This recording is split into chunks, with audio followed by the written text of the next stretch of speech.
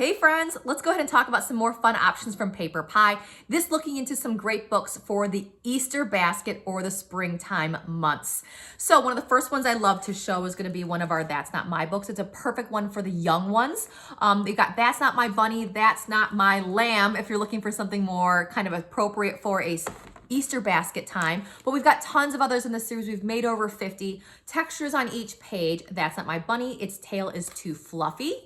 That's Not My Bunny, its paws are too rough. So textures on each page to touch, a mouse to spot on each page. And the book is nice and thick and durable. Great for kids that are a bit more aggressive readers, or if they're brand new to learning how to hold books and turning pages.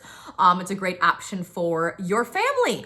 Now, another great one in terms of interacting with the book is gonna be our 5 Little Ducks book. It normally comes with a lid, but I'm gonna hold it like this so the pieces don't fall out, but it's one of our fishing books. So these are, I've got a fantastic little reel, and the eyes have this little rivet in there, so it's magnetic. So you can catch the little ducks in this case with this book. Now the book is gonna walk you through about things you can do. So it says like quack, quack, quack. They splash about, can you hook number 1 out? So the ducks themselves are all got colors on the front. And then this one's kind of, it's hard to see with the glare. So this is kind of more orangey, and this is yellow. And they've also got numbers on the back as well. So you can play it where the younger one's like, hey, let's try to pick up the blue duck.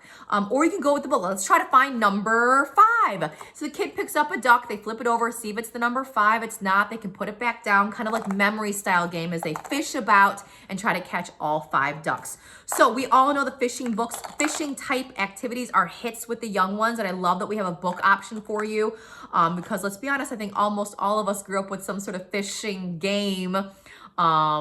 I can still hear the noise, and that motorized noise of the fishing pond, but a really fun one, and also highly interactive with the 5 Little Ducks with the fishing board. Okay, so let's jump into a very specific Easter book. Well, I guess it's just called Easter Things to Make and Do, but you know what? You can still do these things around Easter. It's fine.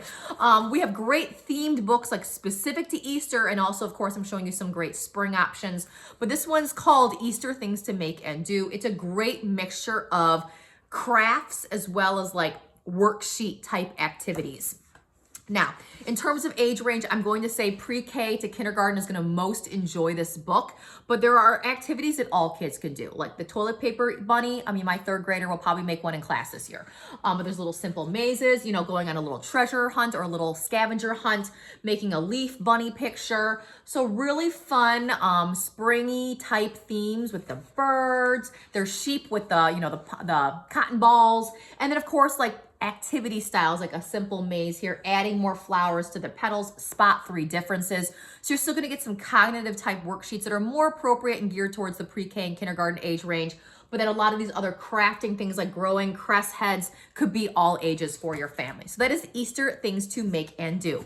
Another really popular pairing for not only Easter baskets, but also birthdays. So if you are the person that likes to buy some gifts ahead of time, so you always have one for that last minute birthday invitation that we all get, this is one that's really fantastic. It's pairing our MODO with our Little Children's Dough Playbook. MODO is our version of Play-Doh.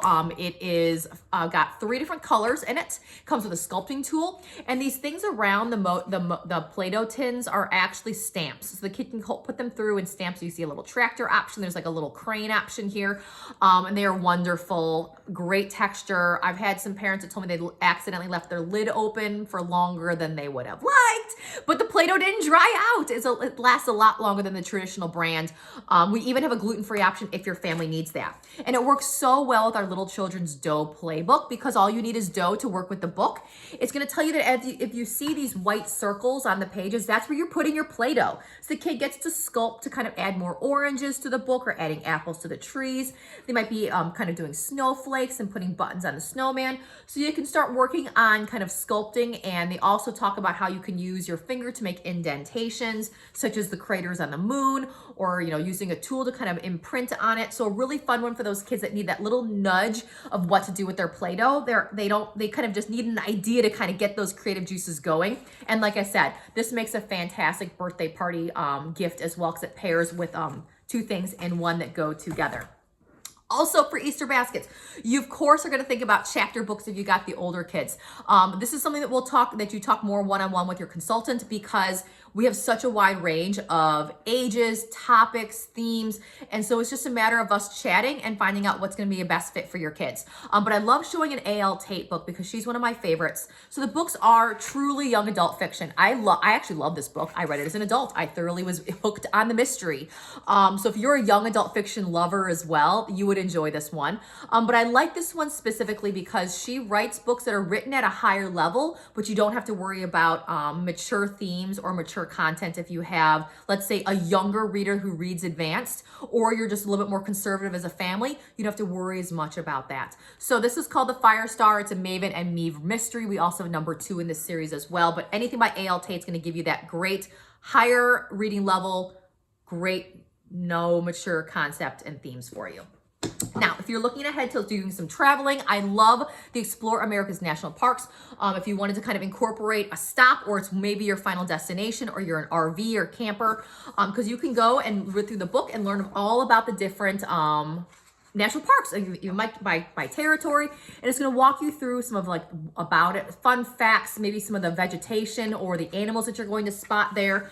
But it's going to be fantastic, kind of learn as you go. I love this for families that are looking ahead to plan their spring break or their summer vacations. This is a great one to kind of incorporate if you want to make those pit stops along the way. And the last one I love to show for Easter time is going to be our tiny kits. This is Tiny Art. It's going to give you 10 awesome art activities to do, all in tiny size with tiny brushes, tiny pencils. I mean, they even give you tiny little fake canvases and a little tiny paint palettes. So a wonderful one that's going to fit great in that Easter basket, but meant for those older kids that love STEAM activities like learning about volcanoes, circuits, robots, tons in this series for you, and some great options to add to those fun Easter baskets for your family.